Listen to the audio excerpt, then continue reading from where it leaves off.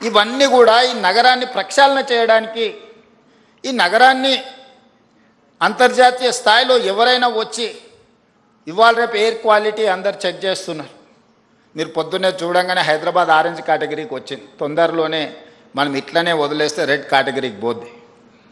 ఈరోజు ఎస్టీపీలు కొన్ని కట్టినాం, కానీ అవి సరిపో. ఈరోజు డ్రైనేజ్ వ్యవస్థ రోడ్ల మీదకి వదిలేసింది, శానిటేషన్ పని లేదు.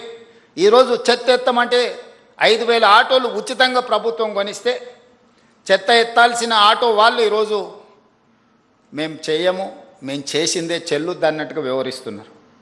ఒక పక్కన జర్నలిస్టులు రోడ్ల మీద చెత్త అడ్డగోలుగా ఉన్నదంటున్నారు. మరి దానికి నియమించిన కార్మికులు పనిచేయాలి కదా, వాళ్ళతో పని చేయించుకోవాల్సిన బాధ్యత ప్రభుత్వానికి, మున్సిపల్ శాఖకు ఉన్నది కదా. దోమలు పెరిగినాయి అంటున్నారు, మూసీలో కాలుష్యం ఉందంటున్నారు, మూసీని ప్రక్షాళన చేయాలంటున్నారు, కానీ ప్రభుత్వం ఏం చేయకూడదు అంటున్నారు.